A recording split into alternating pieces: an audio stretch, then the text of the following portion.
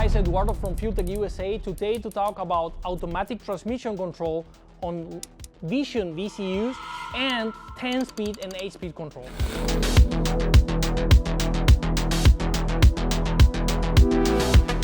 Now on the last updates for your VCU, you have an advanced automatic transmission control.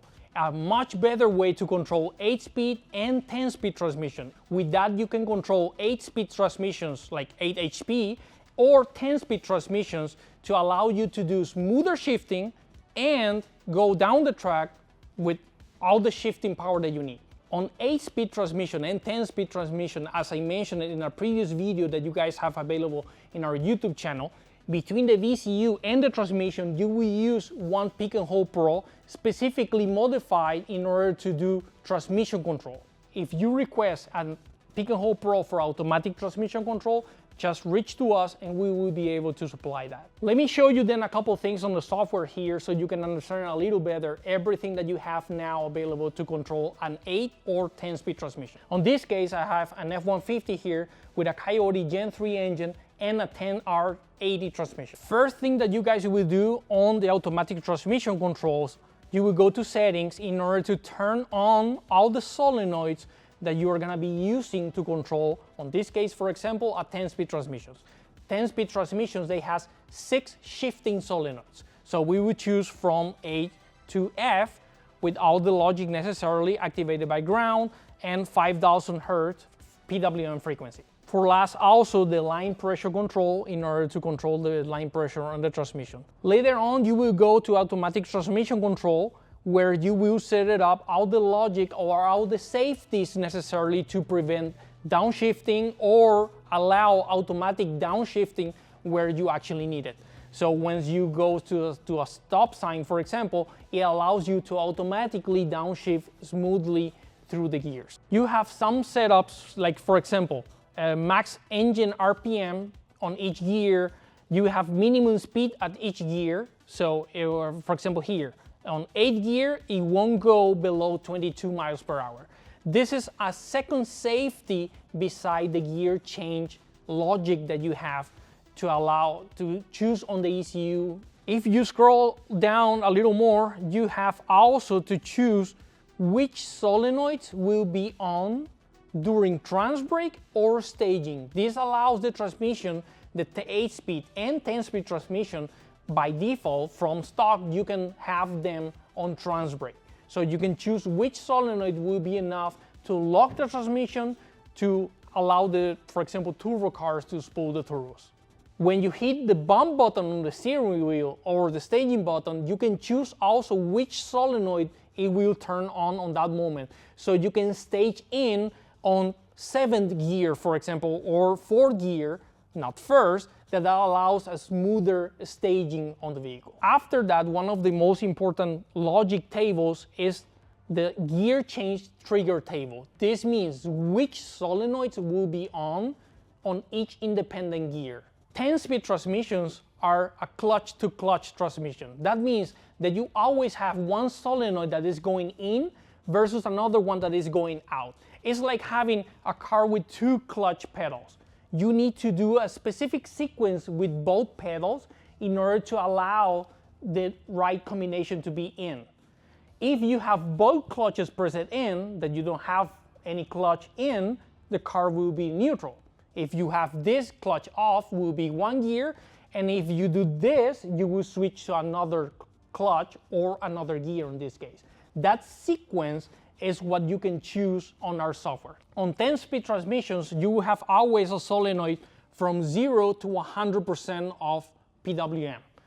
Normally, you have a solenoid that is off, and when you want to go into that specific shift, that solenoid will have a pre-charge that will help the solenoid to move the fluid or react the solenoid slightly better for one specific time. It's one of the times that you can choose, and the PWM. After that, it will go to a hold PWM that it will stay on that time till the gear change happen. And after the gear change happen, you should finish the PWM and go that solenoid to 100% and keep that solenoid on all the time. This will be one of the clutches. The second clutch will be that movement that I mentioned, that will be the off solenoid. The off solenoid, you can also choose. That off solenoid is the solenoid that was already on. You will do a pre-charge on off current, or off PWM actually, then we'll go to the hold, and then we'll go off. So that will be majorly the logic that you can choose on that, how you change both clutches at the same time. If you have both clutches off, you will lock the transmission, and normally the transmission can give up or something on the drivetrain. So having the wrong logic, it could be extremely dangerous for your transmission. So on valve activation time, it's how much time it will stay on pre-charge, on hold, and rise ramp when solenoid A is going on, and when solenoid A is going off, you have also to choose the pre-charge, hold, and falling ramp. And the next table on upshift and downshift, it's one of the things that on this last update on the advanced transmission control, you have the possibility to choose a different PWM for upshift or downshift. This allows you much smoother shifting going up or down independently on each gear. And one of the final advanced transmission control updates that we have done, if we go back to the settings, if you scroll down, you have the adaptive ramp and the solenoid ramp finish in closed loop mode.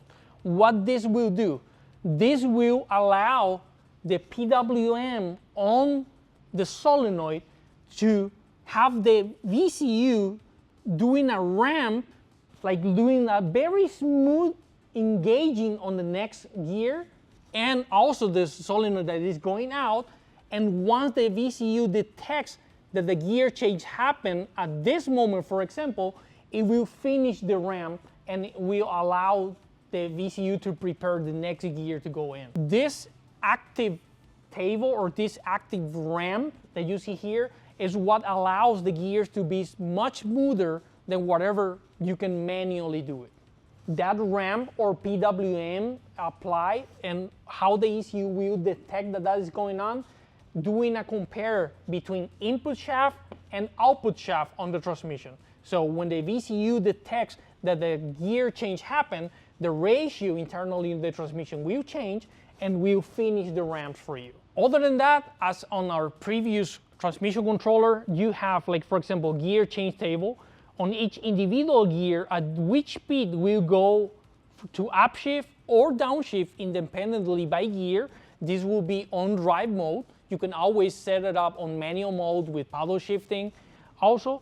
And then you have gearbox line pressure table, transmission pressure specifically. This is the amount of bleed that you do with the line pressure solenoid. So 0% is 0% bleed, or will be 100% transmission pressure. And then you have, for last, line pressure by temperature, some fine correction by transmission fluid temperature, or gear change line pressure compensations for some transmissions like 4L60 or 4L80 transmission, that you must do a pressure control during the shift to allow smoother shifting. Your VCU now has the possibility to do 4, 6, 8, or 10-speed transmissions, and in a better, smoother way than was before, allowing you to do active corrections on the shifting and helping you going quicker and quicker every time. These logics are explained on our manual that you can access our transmission manuals on our website. Go to FuelTech.net, support and manuals, and you have 8-speed and 10-speed transmission manuals. If you guys need any more help about automatic transmission control, remember, go to FuelTech.net, support manuals to get access to the 8-speed and 10-speed transmission control, or also remember to reach to us so we can help you with our tech support.